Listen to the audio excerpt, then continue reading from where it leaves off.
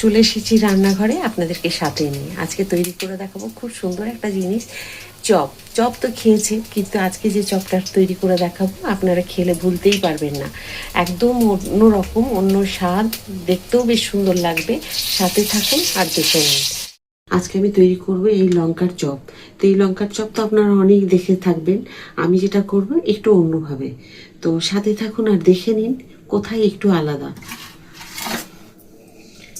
জিরে ফোড়ন দিয়ে দিলাম, পেঁয়াজ দেব,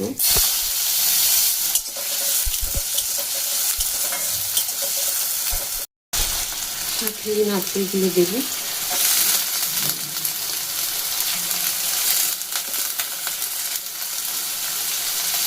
এখানে আলুকে আমি গ্রেটারে একদম পাতলা যেখানে কাটা যায় সেখানে গ্রেটারে গ্রেট করে নিয়েছি।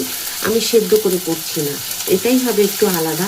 আপনারা সেদ্ধ করে করলে করতে পারেন, অসুবিধে নেই, কিন্তু এটা তো এইভাবে তৈরি করলে কিন্তু একটু স্বাদটা আলাদা হবে। আমি দেখুন খুব ভালো করে ধুয়ে জল চিপে একদম এইভাবে নিগড়ে নিয়ে দিয়েছি।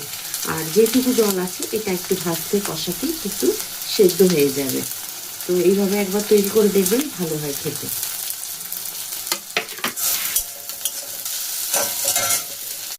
আমি লঙ্কাগুলো বোটা কাটবো না, শুধু এইভাবে একটুখানি করে কেটে নেব। দুটো সাইড না, ঠিক এইভাবে কেটে নিয়ে এই ভেতর থেকে বীজ আর শাঁস আলাদা করে দেবো। পেঁয়াজ আর নারকেল ভাজা হয়ে গেছে, এখন দিয়ে দেবো আমি আলুগুলো।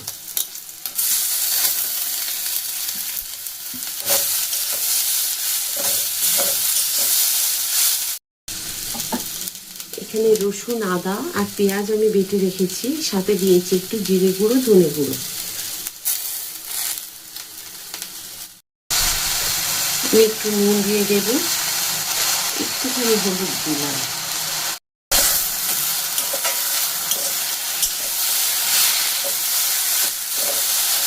দেখুন একটা চামচ দিয়ে আমি এইভাবে এগুলোকে বীজ আর শাঁস যেটা ছিল বের করে নিয়েছি। দেখুন এইভাবে এভাবে সব কটা আমি যে কটা করবো সব বের করে দিয়েছি। তারপর যেটুকু বেরিয়েছে আমি এর সাথে দিয়ে দেবো, এর সাথে দিয়ে দিলাম। তাহলে এর স্বাদটা কিন্তু ভালোই লাগবে, এটা খাওয়া গেল না। এখানে নিয়ে নেব আমি বেসন,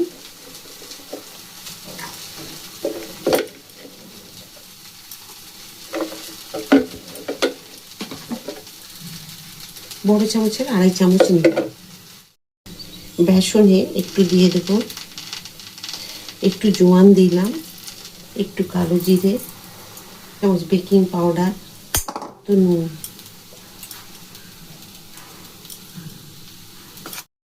দিয়ে দেবো নারকেল বাটা।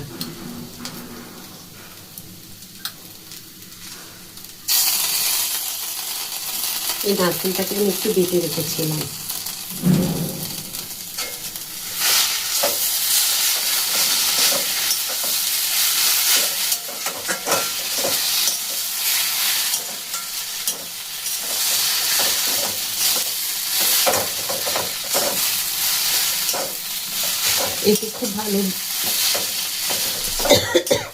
এতে খুব ভালো বাইন্ডিংও হবে আর স্বাদটাও অন্যরকম হবে। এটাকে ভালো করে মিশিয়ে আমি অল্প অল্প জল দিয়ে একটা ব্যাটার, বেশ নর্মাল ব্যাটার, যেরকম পাতলাও নয় আবার মোটাও নয়।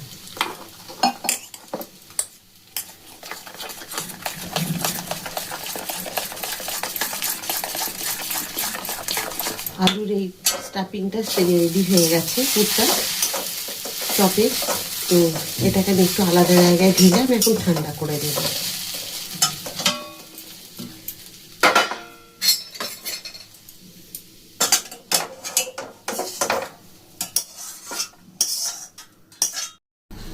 এখানে আমি জিরে, ধনে, লবঙ্গ, এলাচ, দারচিনি, একটা শুকনো লঙ্কা, মৌরি, জোয়ান সমস্ত কিছু ভেজে রেখেছিলাম শুকনো কড়াইয়ে।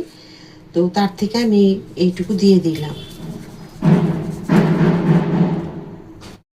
এবার এগুলো মিশিয়ে নেব।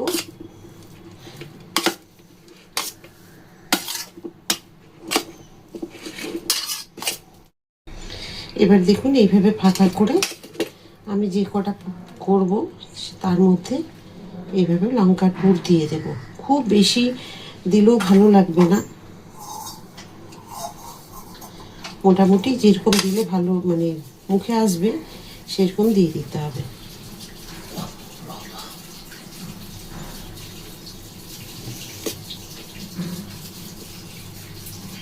বেশ বড় বড় লম্বা লম্বা তো, সেই কারণে।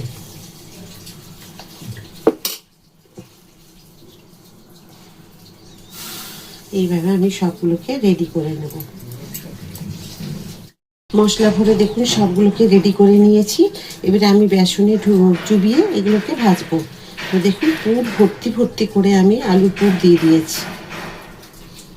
আমি 6টা নিয়েছিলাম প্রথমে, তো আলুর পুরটা বেশি হয়েছে বলে আরেকটা দিয়ে দিলাম।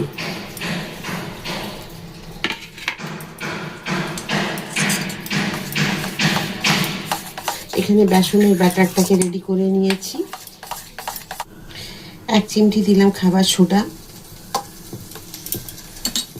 এভাবে এটাকে ফাটিয়ে নেব আরেকবার।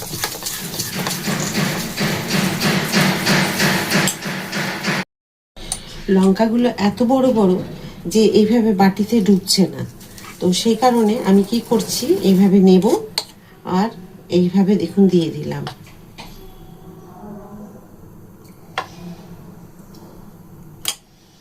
এইভাবে করে নিতে হবে। আর কড়াইও কিন্তু একটার বেশি ধরবে না। তো দেখুন এইভাবে নিয়ে, এই যে দেখুন আমি নিয়ে এখানে ছেড়ে দেব।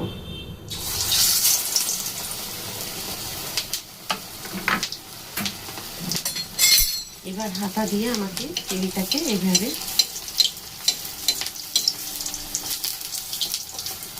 ফ্লেমটাকে একটু কমিয়ে দিতে হবে।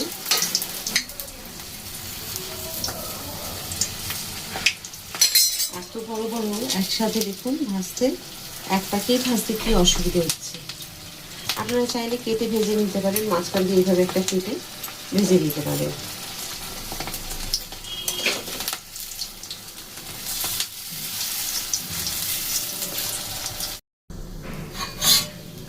একটা ভাজা হয়ে গেছে দেখুন। এইভাবে না করলে এটা পুরো ডুবছে না ওখানে বেসনের মধ্যে। এভাবেই ভেজে নিতে হবে।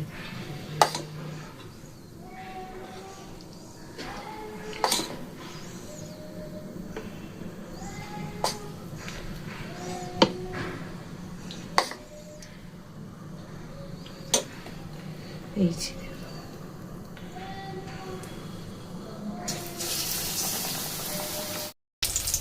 এইভাবে কেটেও আপনারা তৈরি করে নিতে পারেন। এই যে দেখুন এইভাবে আমি বড় বড় তো আমি দুটোকে কেটেও নিয়ে করছি। দুটো প্রথমে দেখে দিচ্ছি কেটে নিয়ে করা, আর একটুখানি ম্যাগি মশলা ছড়িয়ে দিই, ব্যাস খুব ভালো লাগবে খেতে। প্রথমে আপনাদের এটা দেখাই, আমি দেখুন পিস পিস করে কেটে নিয়েছি। তো এগুলো তো সুন্দর লাগছে দেখতে। আর এই যে দেখুন কি সুন্দর মশলা একটু বেরোয়নি, আর কত বড় বড়, মোটামুটি একটা খেলে পরে পেট ভরে যাবে, এতটাই সুন্দর হয়েছে, বড় হয়েছে।